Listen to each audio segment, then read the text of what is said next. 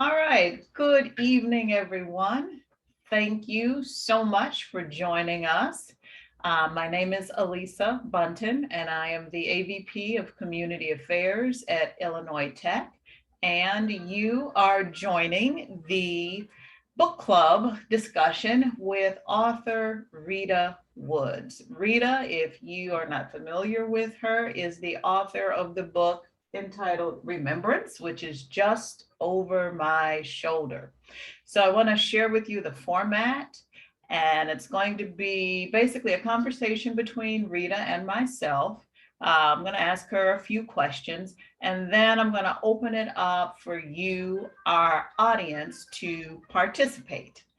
Um, I will not spoil the book for anybody who has not had the opportunity to read it yet. So I will not ask any questions that will give anything away. So, again, just stay tuned. We're in for a great conversation. All righty. So, I've referred to our author as Rita Woods, but she is also Dr. Rita Woods. So, how would you like for me to refer to you? As Dr. Woods or Rita or Dr. Rita? Just Rita. Okay. All righty, Rita. How long have you been writing and when did you start? You know, I've been writing since I could hold a pencil or a crayon. Um, that's all I ever wanted to do in life. I started scribbling things. I was that weird kid that didn't want to go out and play. And you know how other people's like, go to your room. My parents wouldn't let me do that because I thought that was wonderful. Yes, send me to my room. So I actually have been writing forever. Um, I still have copies of those, you know, dagger poems that you write when you're 11 or 12 that are just horrible, where some boy that you liked didn't talk to you. And so you have like 27 lines that all rhyme with each other. They're really bad. Um, so I've been writing forever. Okay. What inspired you to write Remembrance? So, it's really strange. It's you have these ideas that come from very odd things. I was actually in the bathroom of a friend reading this. She had a book called something like Quantum Physics for Dummies. That's not exactly it, but you're sitting in the bathroom reading as one does. And they were having this conversation trying to explain quantum physics to people who don't get it. And to be honest, still don't. But there were two takeaways for me. One was the whole idea of how a fax machine works. Still don't know. But there was also the other idea of two people sitting on trains, one on parallel tracks, and how when one starts to move, that sensation you get where you're not sure which one of you is moving. It's this Mhm. very strange sensation. And I thought, and they were talking about that in terms of how time and space and speed are all relative. It depends on where you are, um, and how you're moving relative to other things. And I thought, what if someone had the power to control that? And so that sort of sparked this idea of a woman who would be able to control time and space and motion and reality essentially. Um, and she would use that power to create the Underground Railroad, and it sort of took off from there. Hmm. Okay. How much research did you need to do for your book? Because the setting, it shifts, So we start off in Africa, and then we make a quick journey to what we now call Haiti. Then we go to New Orleans, and then we're in a few other places, but they are all linked to rebellions. So, what Yes. type of research did you do, and how historically accurate are these slave uprisings? So one of my favorite parts of writing. I'm a real history nerd. I love history and I love historical facts. The more obscure, the better. And so there was a lot of research that went into this, almost to my detriment, because I'd rather drill down and spend hours and hours researching a fact that might end up being one sentence in the book, but I just get caught up in that. So everything that's in the book that's based historically is accurate. So the uprising in what we now call Haiti, the fleeing of the planters to New Orleans, the uprisings in New Orleans, kind of the Underground Railroad and the assistance being given by Quakers, that kind of thing, the fugitive slave law, and I think I touched on, but didn't really get into sort of um, the infusion of voodoo through both the United States and Haiti. All of that is accurate. Okay. Even down to the pinning of the heads on stakes to indicate, okay. Yes, that was actually, so there was that's based on, there was I guess we would call him, they called him a quadroon. He was an African-American man, very, very pale, a very, very light-skinned, a freedman. He was not a slave. He was not enslaved, who grew up very educated in New Orleans. And he decided to lead this rebellion. And he went from kind of plantation to plantation to plantation, picking up as he went along dozens and dozens and dozens of the enslaved, and they marched because they were a little bit outside of New Orleans itself, New Orleans proper. And they marched towards New Orleans with the idea that they were going to overthrow most of the plantation owners. They were going to, if they need be, burn down New Orleans. But as they grew bigger and bigger, obviously that didn't go over well with the planters, and they were suppressed, and they were, hundreds of them were killed. And so they meaning the white planters, actually beheaded these people and put their heads on spikes all along the Mississippi of what would be where the gates are now, as a warning. Okay. So yes, everything is accurate. That's in the book. What comes first for you, the plot or the characters? I don't think it's either one of those. I think it's a historical fact. So, so the book that's coming out in September, it neither plot or character came first. It was the whole idea of the Gullah Geechee that just don't really have a broad, not, people don't have a broad knowledge of the Gullah Geechee Nation here in the United States or anywhere. And I was fascinated by that.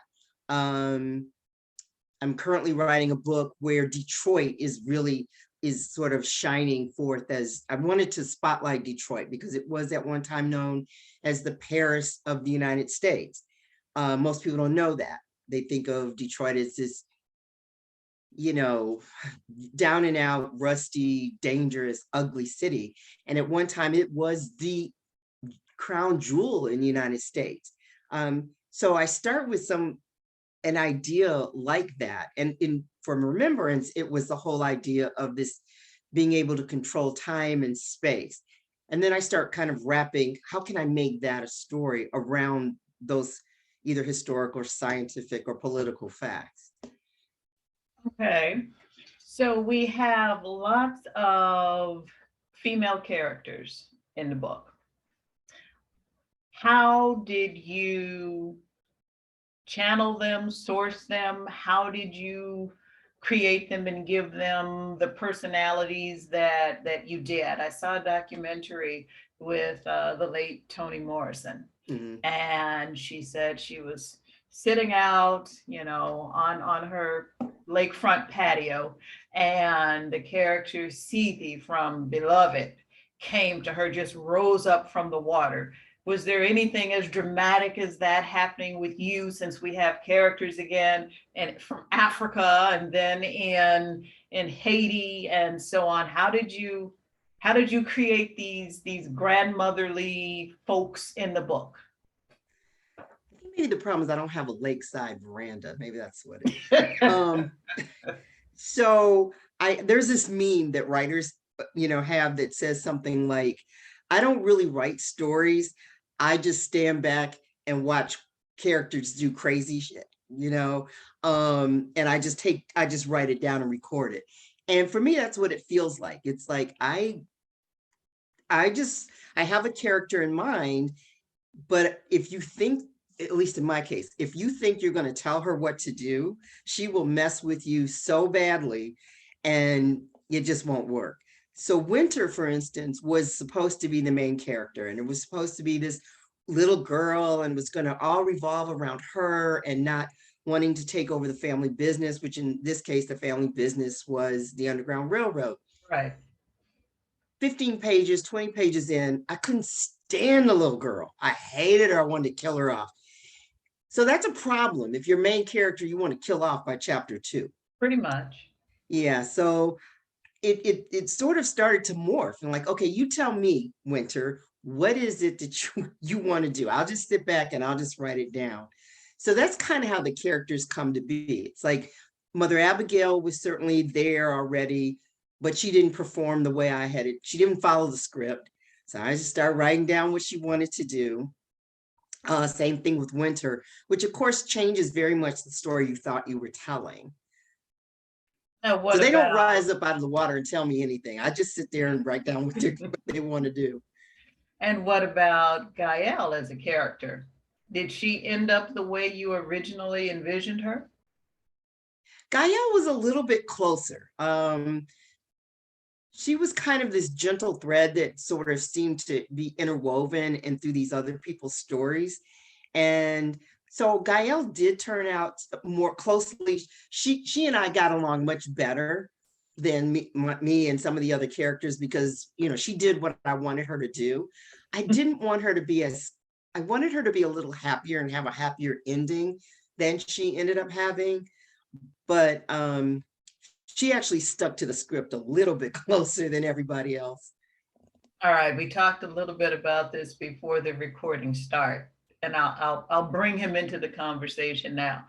So, dear brother Josiah, is he who you thought he was going to be from start to finish? Oh yeah.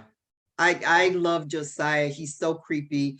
I wanted to, on some level, I thought maybe I should make him creepier than he even is. But you have to walk this fine line because I didn't want him unlikable. He just was who he was. He is a creature of the making, of the universe. And so I really enjoyed Josiah. I enjoyed the character that he was and his whole arc. And I just love the creature that he is. Okay. You've kind of touched on this, but I'm going to still ask the question anyway. What is the most difficult part of the writing process? I heard you say just a moment ago that, you're almost fanatical when it comes Yeah. to researching and making sure that, things are accurate and interesting. But is there anything else that's difficult in the writing process? Sometimes for me, the thing that's difficult is trying to get on the page what you see in your head. Um, sometimes we'll joke. With my critique partners, I'll say, read what's in my head, not what's on the page. And it's not. It's a little easy sometimes to kind of skim over certain aspects because you want to get to the next thing. You want to get to this. Oh, there's this love interest, or there's a murder, or what. You want to get to that, and you have to be very conscious that in a very real way, these are real people. And you want to make them as three-dimensional and real and reactive as possible, because otherwise no one's going to believe that, right? So Right. you can't just, well, the exciting part is when she falls in love. That might be in your head, but you have to make it so that people are invested in it. And sometimes it's difficult not to want to just skip over that and get to the good part. So I struggle with that a little bit. And sometimes I just write past it and then just come back and say, yeah, this person is flat, or I'm not buying that she would walk out of this job here in this situation. I'm not buying that this would be her friend. So it's a matter of writing and rewriting and coming back and what we call cooling off. Like, I'm not going to look at this for a week and then come back and still see if it's as brilliant as I thought it was. And usually it's not. So you mentioned your extra set of eyes, my terminology, not yours. Who do you actually trust to be your thought partner, or the person who critiques your work as it is literally in the making? So as it's in the making, I have a group of women that I have been in a writing group with and a critique group with for probably 10 years. And they all have different strengths. And I trust them explicitly. I mean, the things that are different, like one of them is a college English professor. And so her thing is very much about grammar and structure. And I hate her because she's always talking about an M dash, which I don't even know what that is. Yeah. And or just structure. And then there's another one who's very much about emotional layers, like what is the motivation and why would she do this? And there's one guy, he's a kid really, he's like in his mid-20s, and he's always researching. He'll say something like, well, you put down that there was this bottle, but they didn't have glass bottles until 1908. It's like, and it's a little frustrating. It's like, dude, just read the story. But that is a set of accuracy that I want, because I'd rather someone catch it on the front end than once it's way, way down the line, you miss it and they say, well, that wasn't even invented until 50 years later. And I'm sure you've all read books where you read something and go, no, that isn't right. Right. So I trust these. It's a group of about 5 people, and I will give it to them. And you don't always take their advice, but it is good to hear it. And because they're objective, and they love your writing, but these are not the people that will say, oh, that is so good. I mean, they'll say that, but then like, but also. Right. Which writers do you admire, and which writers have influenced you? And they may or may not be the same group of people. So I have a really kind of eclectic group of writers, eclectic stable of writers. Like I love Tanner Dew. I love Gloria Naylor. I love Neil Gaiman, and I love Stephen King. So and J. Wow. California Cooper. Yeah. All very different, but their story, the way they tell stories. For me, Gloria Naylor has this very magical way of storytelling, and it's always very hopeful. J. California Cooper doesn't really tell magical stories, but she weaves these big epics of generational families striving to do better and to go forward. And Neil Gaiman is just crazy. I mean, if you've ever, and he does a lot of YA, but like if you've ever read Coraline or seen the movie Coraline, the little kid with the button eyes, creepy, but so good, and Neverwhere with the kids that live in the sewers. I just love that kind of imagination. To me, it's magical, the sense that there's magic that exists in the everyday, that you could just be walking through your life and not realize that there's these magical things that are occurring. So. And who has influenced you? I think all of those people, like, as I said, I take a little bit away. Everyone always wants to say, and I bow down, she's the queen. They always ask, is it Toni Morrison? It's like, well, of course, if you exist in the universe, it's Toni Morrison, or Octavia Butler. Of course, if you exist in the universe, it's Octavia Butler. And I think they exist, I mean, they influence more in terms of that's the bar you'd love to reach. Anyone with any kind of self-respect respect wants to hit that bar. Um, but I think it's more the people that I mentioned before that influence me, just in terms of trying to see their storytelling is so intact and so perfect for me. And then you try to unravel it and say, why is it? What is it about what they wrote or how they wrote it that is so evocative? What are you reading? Oh, so right now I'm finishing a book called The Library of the Dead by T.L. Hulci.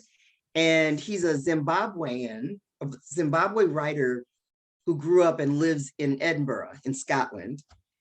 And I'm also reading When Two Feathers Fell from the Sky, which is a indigenous woman writer, right? And it's historical. That takes place in the early 20th century, kind of the Old West shows.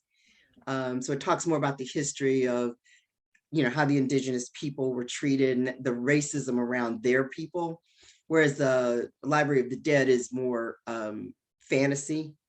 So that's what I'm reading right now. Okay.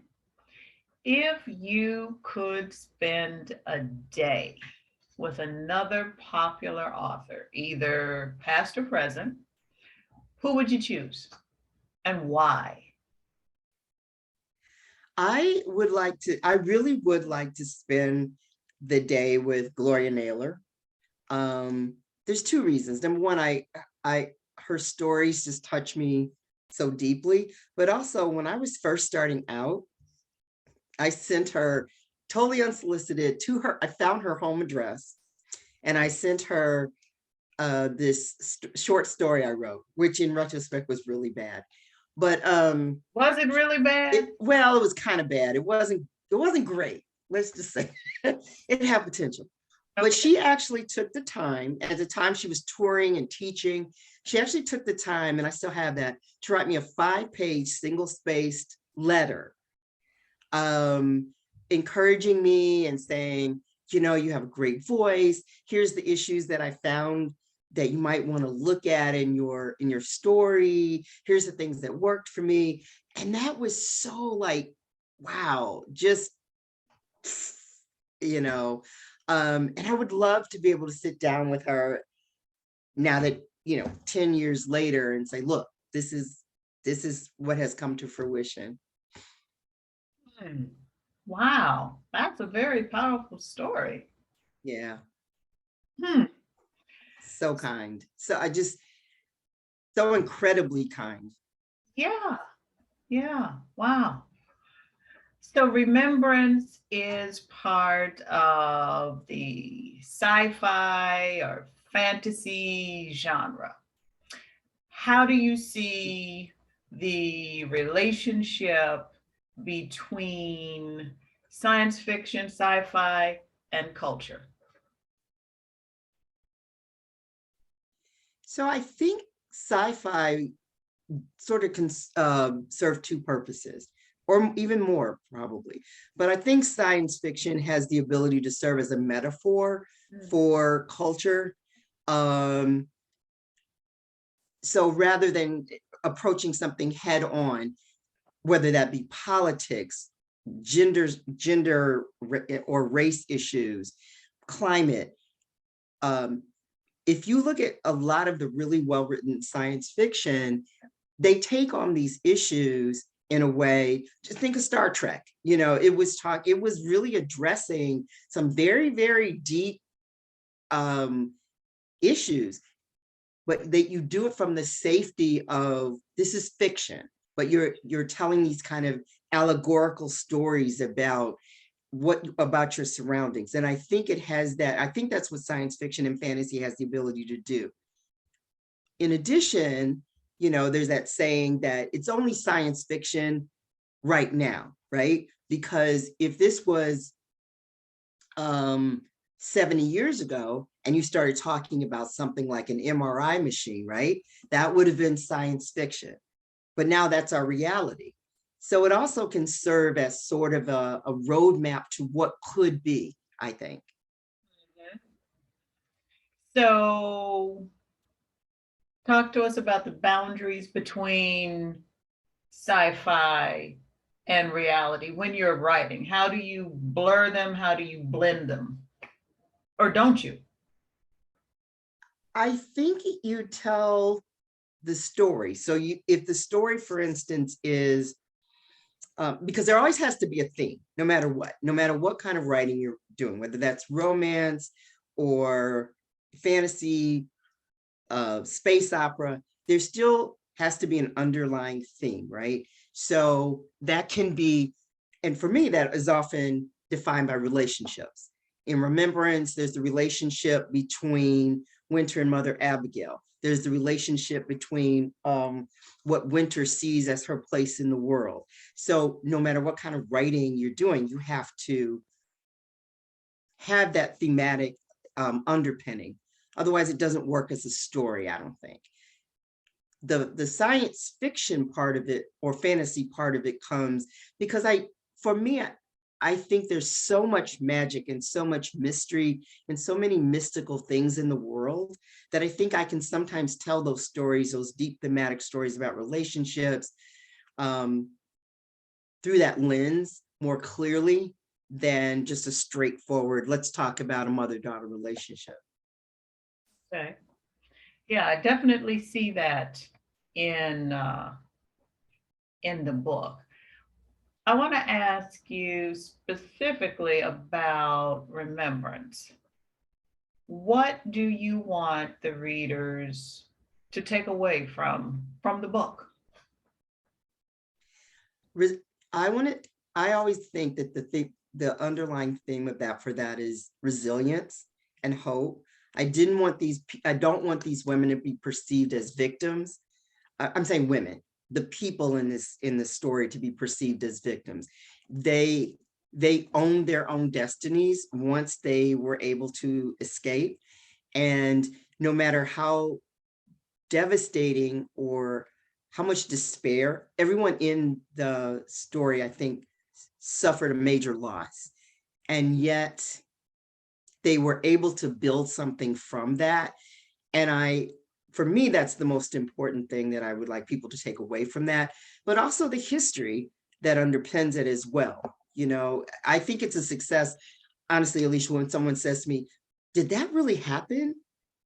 You know, what's the deal about that? And then makes them go out and Google. I think that if I can get people to Google two things from something I wrote, then it's a success. Okay. What is next for you? Again, sorry, audience, I did have the benefit of having a conversation with Rita before you all joined us. And I said, oh my gosh, please tell me, please, please, please say that there is a next book in the Remembrance series, because I want to know what happens with Gael. And the answer was no. But please tell us what else we can expect from you. So my next book, The Last Dreamwalker, is out September 20th. So that'll be out in a couple months or a few months. And can you tell us a teeny bit about what that is about? Absolutely. So it's the story of Layla, who is a young mid-20 something woman who's always had this very fraught, difficult relationship with her mother. Layla, has always thought that there was something wrong with her. She's been taking all these doctors. She has what she considers a medical issue. And she thinks maybe that's why her and her mother have never really connected. But when her mother dies unexpectedly, she decides that to try to kind of process everything and kind of develop some closure, she reconnects with her mother's family, from whom her mother has been estranged. And her mother is of the Gullah Geechee Nation. And Layla travels to South Carolina to reconnect with her aunts, her maternal aunts, realizes once she gets there that what Layla, had always thought was some kind of condition was actually the power to walk in dreams and to manipulate people in their dreams. And that power had been passed on through generations of Gullah women through her mother's line. And her mother had never told her this. And as she discovers more and more unpleasant secrets about her mother, she finds herself caught up in this duel with another relative that's actually fought inside of dreams. Wow. All right, I can't wait to see that. I can't wait to read that book. Thank you. Okay, I want to open it up now to our audience. What questions do you have for Rita? You should be able to unmute yourself and just, engage in a conversation rather than typing them in the chat.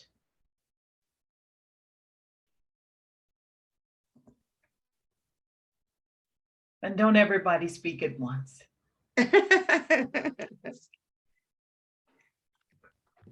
So Rita, my name's Judy. I've only started reading your book and I'm loving it. And it's competing mightily with the March Madness, and it's successfully competing against March Madness, which is really saying something for your book. But I do want to say that one of your goals has been achieved with me. I've been Googling as, just various things, so today I spent some time reading more about the history of Haitian. And, I knew a little before I started reading your book, but I just felt like I needed to know more. And so I do want to say, yes, one of your goals has been met. I have a question so unrelated to your book, but it's about writing and purchasing books. Some of us read books that are ebooks. Some of us read audiobooks. How does that affect you as an author?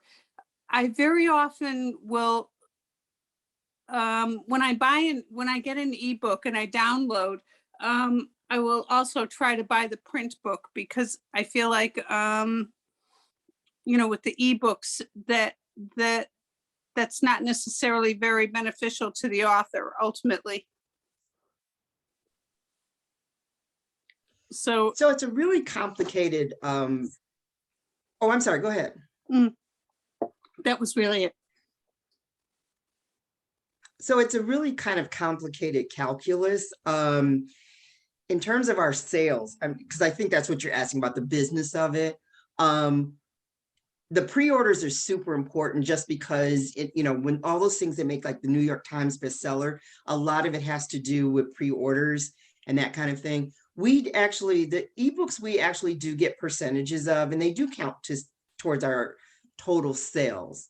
So it's certainly not a loss at all, even if you get them from the library, because the more people request certain books from the library, the more the library purchases, and they actually can report their sales back to the organizations, which then kind of track how well the book is doing. So, if your preference is ebooks, obviously our percentage of that is lower than like a hardcover, but it's not a total waste, to the author at all.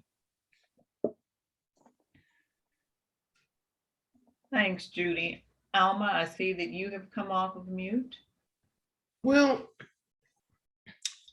Rita, how have you dealt with the reviews? Because I read one reviews. I would want to take off my earrings a little bit and say we go to battle. But how have you dealt with the type of reviews, that you've gotten? Has any particular one where you want to take your earrings off that it got to you? You know what? Honestly, I don't read my reviews. I don't read them. I do see like, on Amazon, this is where my rank is. And on Goodreads or whatever, every now and then it'll come up and I'm like, as long as it stays at 4.5 stars, I'm good. I have to say this, and it's kind of funny. My agent reads my reviews. And every now and then she'll call and her hair is on fire and she's just, you know, and I'm like, what is wrong with you? Because she's read them and I'm like, and I can remember one time about a year ago, she read something and she was just insane, you know, just blithering. I didn't even know what she was upset about. And finally, when she calmed down enough, I was like, what are you talking about? She said, well, you know, this review. No, Joe, I don't, because I don't read my reviews. Well, I'm going to call my lawyer. Don't do that. You know, this was her wanting to call the attorneys and of the company. So I honestly, I don't read the reviews. And occasionally, you know, when someone says, well, I didn't love the book, that's okay. You know, I think you have to have a fairly thick skin to be in the business. Yeah, I want everybody to love it, but I don't think that's even a possibility. And I'm more willing to engage if they say, well, I didn't like it because X. Can you explain? And then we engage in a dialogue. But if they're just like, well, I just hate it. Because if you read some of these things, Alma, some of them don't even, some of the reviews don't even make sense. You know, the things they don't, you know, I didn't like the font. Okay. You know, so honestly, I don't really read my reviews. Okay, because what upset me was that calling you a rookie, and that you're making rookie mistakes. And I've read some bad books. We've, in our book club, have had some books that we wanted to throw down and just stomp on. And I don't understand why they're saying, oh, this book is so good, everybody loves it. And I'm going, who's everybody? You know, so I was just curious about, you know, your thoughts about the reviews.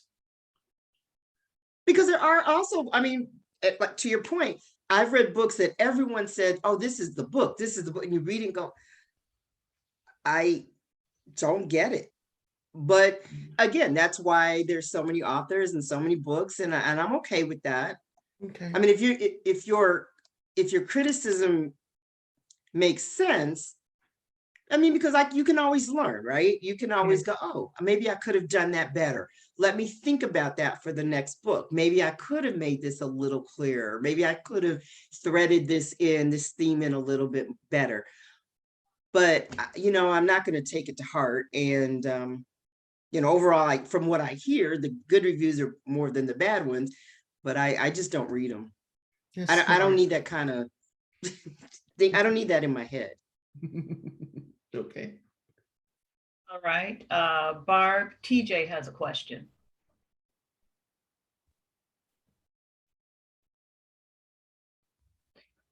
All right, she's come on camera now.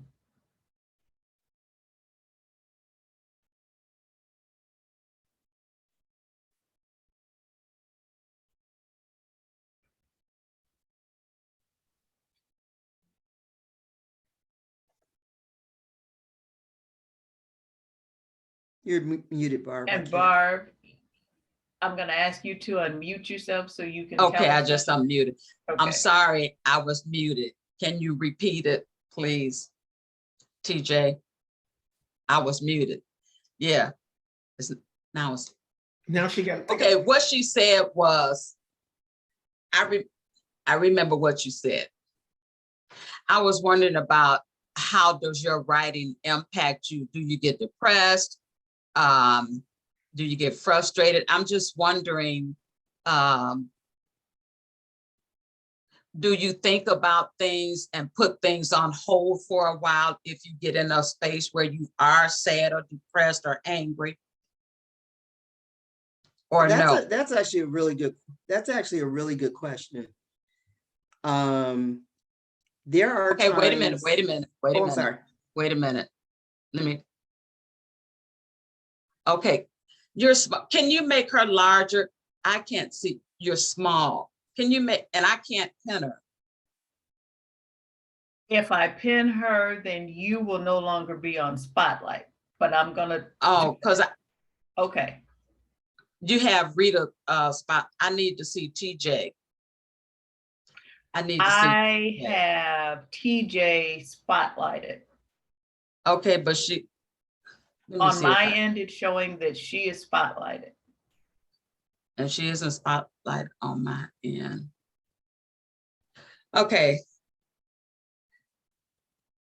Okay, so during your writing, when your emotions, do you experience any emotions like you're writing too much, or do you get stressed and you're like something that happened before, and do you tend to put things on hold, something that you've experienced before? How are you able to continue to write? Hey, Rita, don't answer that yet, because now I've got to spotlight the interpreter so that she'll be able to Oh, see okay, respond. TJ. So give me 1 minute. I've got to find Barb again. Okay, now you can answer. That's a really good question. Part of the downside or the dark side of writing anything historical, particularly if we're writing from, particularly when I'm writing from our own history, is there are times I have to walk away. The story that I'm writing now is highlighting the Red Summer, that this summer kind of 1919, when there were multiple race riots and massacres across the United States, and reading about, a group of physicians that were sitting in their car and killed by police officers. Yes, I know, and I know some of that's going to end up in the book, but I just couldn't. I had to, okay, I got that. I have to walk away. I know this is historical, but it just gets to you. Or if you're reading about someone, and this person is the hero of your book, and they end up committing suicide or something. So yeah, I have to walk away, give myself some space, detach from it a little bit, because you can't detach totally, or you can't put that emotion on the page. But sometimes it's just too much.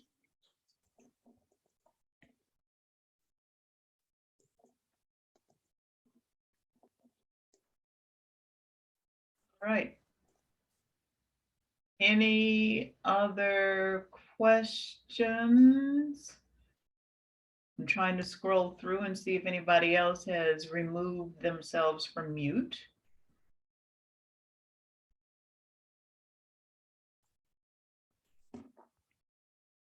While we're waiting for a question to come from the audience, I have one for you. So how do you balance, or did you balance, being a practicing physician with writing? Before I got into this particular field, I was in public health, and I worked with plenty of doctors, and I watched their schedules basically be blown up by all types of things.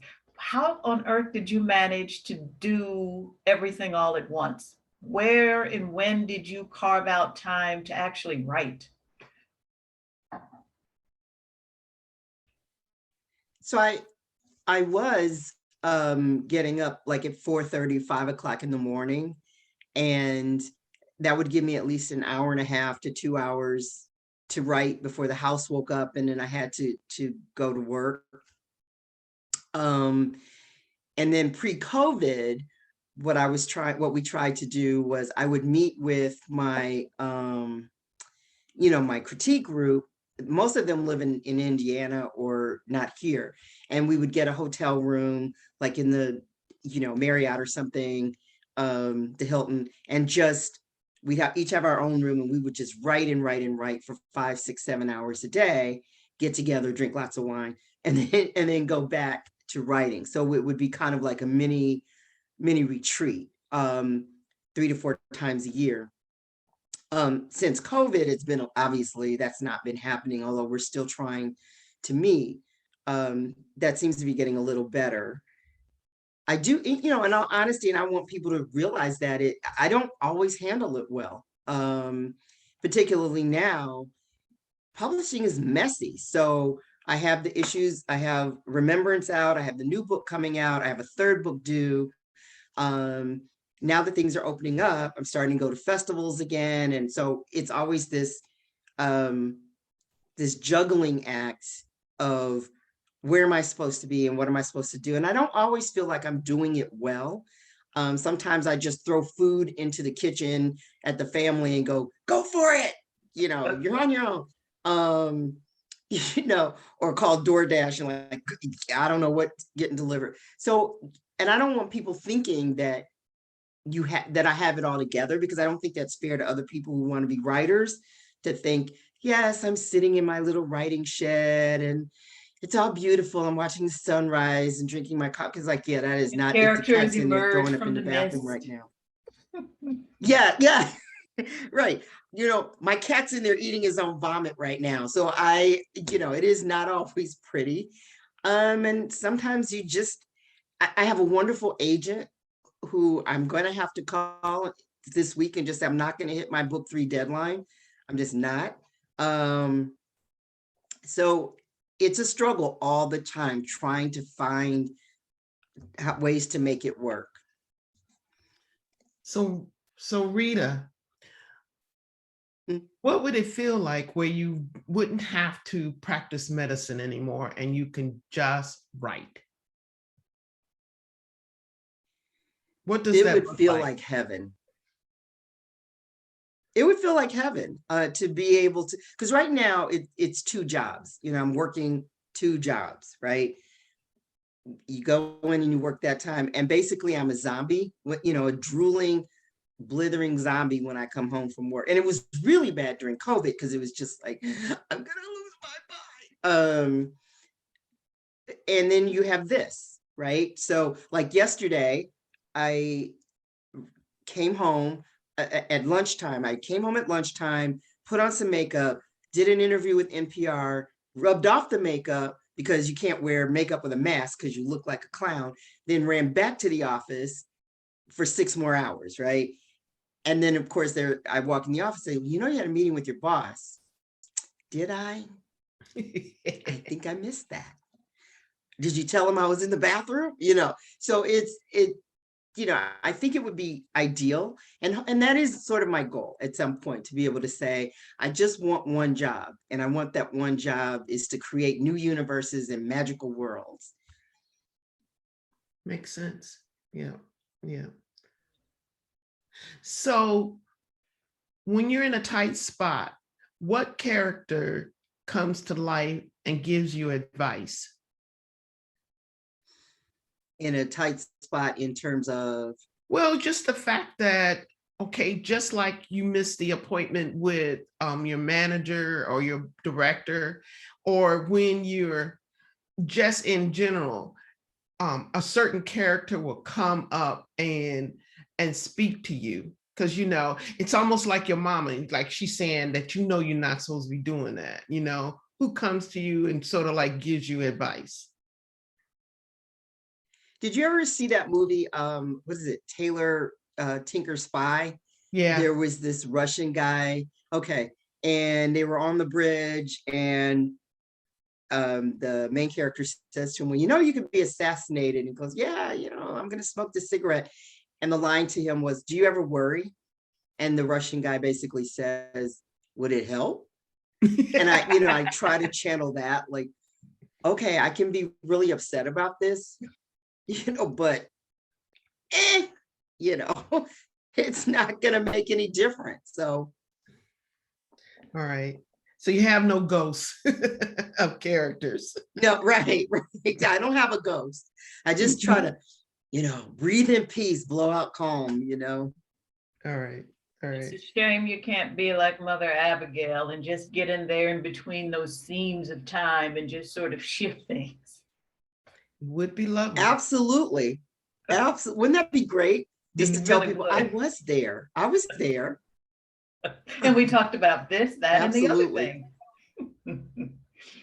Absolutely. Okay, TJ has a question. So give me 1 minute to remove the spotlight from Barb and add it to TJ. Okay. I was wondering, when you start writing, do you have a vision of the characters or the storyline that you want to write about? Or does something just pop up and you go ahead and start writing?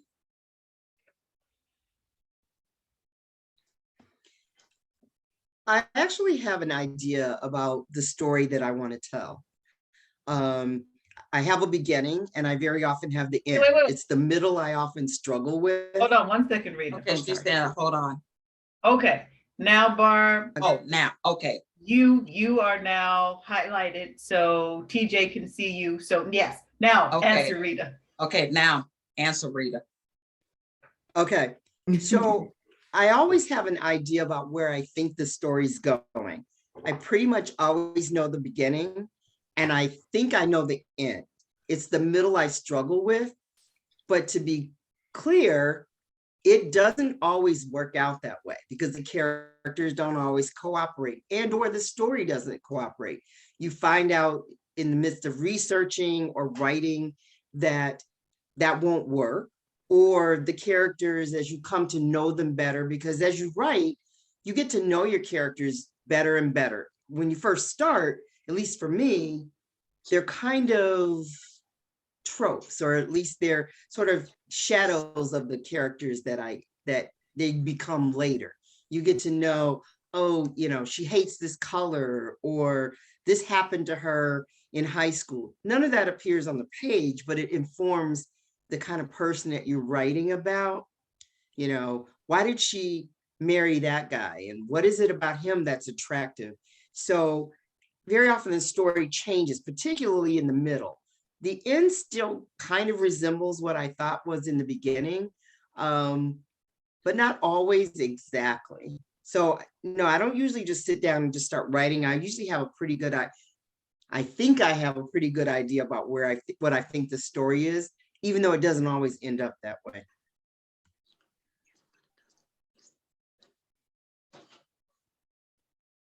Okay, Righty. interesting. So we usually like to support women-owned bookstores, and we don't receive any commission or fees for promoting or endorsing any particular bookstore. But if you are in Chicago, we suggest that you consider purchasing the book from Semicolon. And then I know Rita has a couple of spots that she also recommends. It's S Scarlet. Did I get that right, Rita? Yeah, it's Scarlet's Web with two Okay. S's. All right. And that's an online bookstore, Black-owned, female Black-owned bookstore. And then there's We Are Lit. I think I gave you the wrong website, but it's We Are Lit. But if you go to We Are Lit bookstore, she actually is a native of Naperville who moved to Michigan and started a Black-owned bookstore about a year ago in the middle of the pandemic. Okay. So if you are not currently one of our book club members, we ask that you join us as we read the book and discuss it. If you are interested, please indicate that in the chat or send an email to Eventbrite, the way you registered for this, and we will welcome you to our every other Thursday night book discussions. And we want to certainly thank you, Rita, for spending your time with us and sharing your wisdom and giving us great perspective on not only how the writing process goes for you, but what you wanted us to get from the book and what we can expect from your next two. So thank you so much. And I stand in awe of all that you do and how you do it so phenomenally well. So again, thank you. And with that, Thank you so much for having me. It was wonderful. Thanks for coming. Thank you're you. welcome. Have Good a night, wonderful everyone. evening all.